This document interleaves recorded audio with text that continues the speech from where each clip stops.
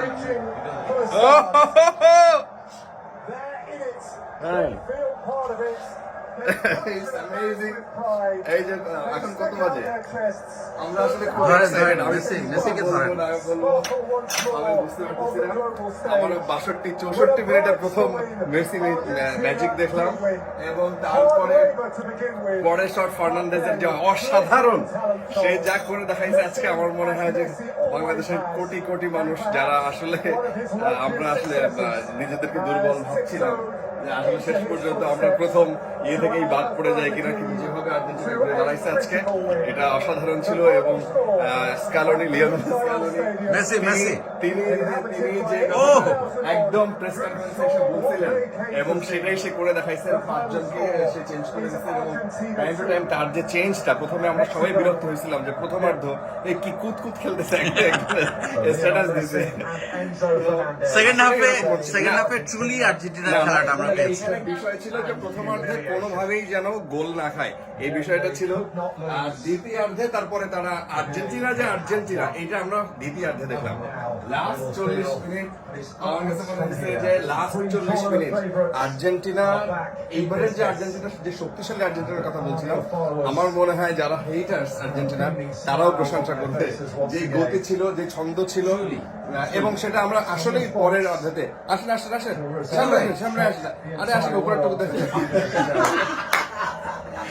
Truly second হাফে আমরা আর্জেন্টিনাকে খুঁজে পেয়েছি, যে খেলাটা আমরা দেখতে চেয়েছিলাম।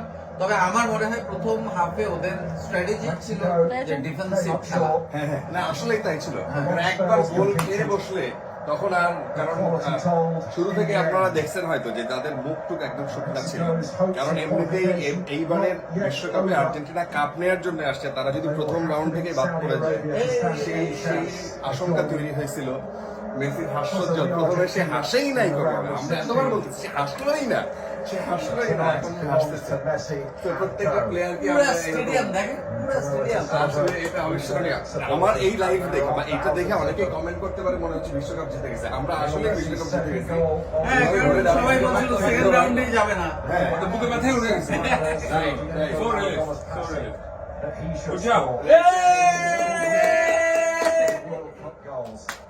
তো এটা আসলে পরের ম্যাচটা পোল্যান্ডের সাথেও আজকে আর্জেন্টিনা 3 পয়েন্ট পেয়ে গেল।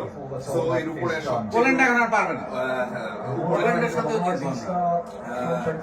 পোল্যান্ড উপরে থাকবে, কারণ পোল্যান্ড অলরেডি সমান ড্র করছে এবং সৌদি আরবের সাথে জিতে গেছে, তো তারা সবার উপরে আছে।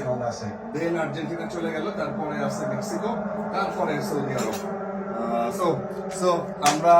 আমি মনে করি, আমার বিশ্বাস যে আর্জেন্টিনা যদি এই খেলাটা আমরা দেখতে পারি, আর্জেন্টিনা বিশ্বকাপ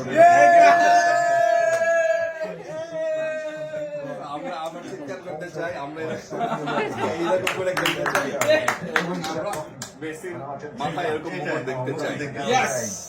এবং এই বিশ্বকাপ আসলে মেসির প্রাপ্য, যদি না পায় এটা মানে পৃথিবীর ফুটবলের ইতিহাসে অনেকটা মানে ট্র্যাজেডি হবে, মানে না পাওয়া, অনেকের না পাওয়া থেকে যাবে।